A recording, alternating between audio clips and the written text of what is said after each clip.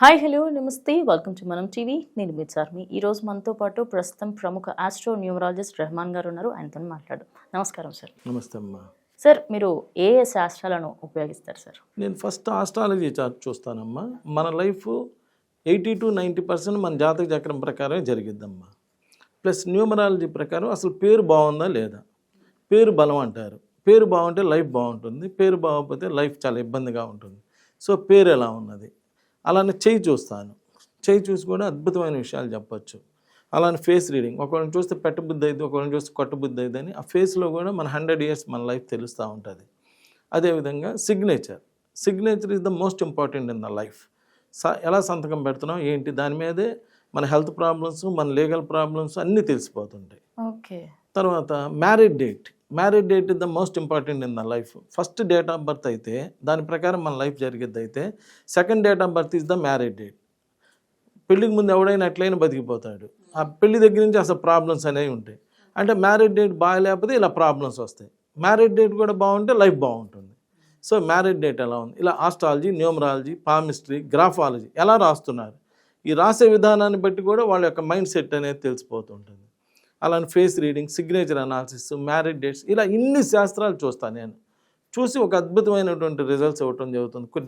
కొన్ని సంవత్సరాల నుంచి ఇలా ఎంతోమంది నా దగ్గరికి వచ్చి ఇలా అన్ని రకాలు చేయించుకొని ఇలా మేలు పొందటం అనేటువంటిది జరుగుతూ ఉన్నది. సార్, కొంతమందికి ఎంత ట్రై చేసినా వివాహం అవుతుంది, చాలా ఆలస్యంగా అవుతుంది. మరి అలాంటి వాళ్ళకి ఎలాంటి రెమెడీస్ ఉన్నాయి సార్?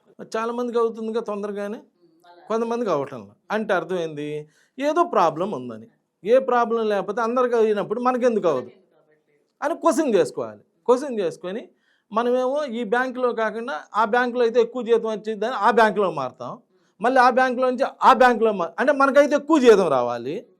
కానీ ఎవరినన్నా వెళ్ళి కన్సల్ట్ అయ్యి 10 రూపాయలు ఇచ్చాయా, ఏంది నాకు ఇంత జీతం వస్తుంది కానీ నాకు పెళ్ళి అవ్వట్లేదు, 40 ఏళ్ళు వచ్చినా నా సంగతి ఏదో చూద్దామంటే మనసు ఒప్పదు.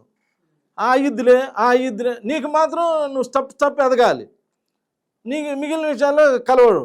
నేను అనేది ఏంటంటే, అరే అందరికీ పెళ్ళిళ్ళు అవుతుంది, నాకు ఎందుకు అవ్వటం లేదు, నా దగ్గర ఏదో సమ్ ప్రాబ్లం ఉండి ఉంటుంది. కాబట్టి ఒక అతన్ని కలిసి, అన్ని శాస్త్రాలు తెలిసిన ఒక పెద్ద అతన్ని కలిసి, సార్ ఇదండి నా రిజల్ట్, నాకు ఇలా రావట్లే అంటే, అలా నా దగ్గరికి ఒక ఆమె 40 ఏళ్ళు అయ్యి పెళ్ళి అవునాము ఒక ఆమె వచ్చింది, అమ్మ కూతురు. చూడంగానే జాతక చక్రం ప్రకారం ఇప్పుడు పెళ్ళి అయిపోవాలి వెంటనే. నేను చెప్పా వారంలో పెళ్ళి అయిపోయిద్దని. 40 ఏళ్ళు ఉంది, వారంలో అయిద్దా అని చెప్పి వాళ్ళు కూడా నమ్మరు కదా, వెళ్ళిపోయారు. ఇప్పుడు అంతా బ్యాగులు ఇలా హ్యాండ్ బ్యాగ్సే కదా. వచ్చేవారు ఒక బ్యాగ్ తీసుకొని వస్తున్నారు. ఏంటమ్మా అంటే, సార్ మా పెళ్లి కుదిరిందండి, బట్టలు అండి అని చెప్పి ఇచ్చారు.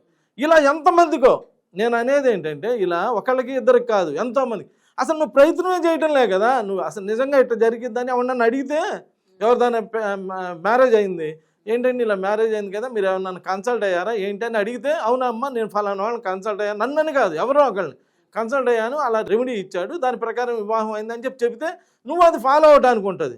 అయ్యుద్దులే, నీరు పోసినోడు నారిపోయాడా, అంటే నీరు పోసినోడు నారిపోయాడా కాదమ్మా.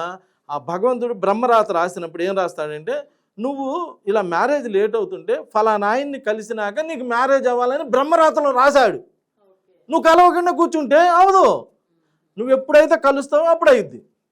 సో నువ్వు కూడా నీ పెళ్ళి కాబట్టి నువ్వు ప్రయత్నం చేయాల్సిందే. ఊనే ఇంట్లో కూర్చొని నాకు అన్నీ జరిగిపోవాలి అంటే కుదరదు. అందుకని ప్రతి వాళ్ళు ప్రయత్న లోపం లేనప్పుడు భగవంతుడు రిజల్ట్ ఇస్తాడు.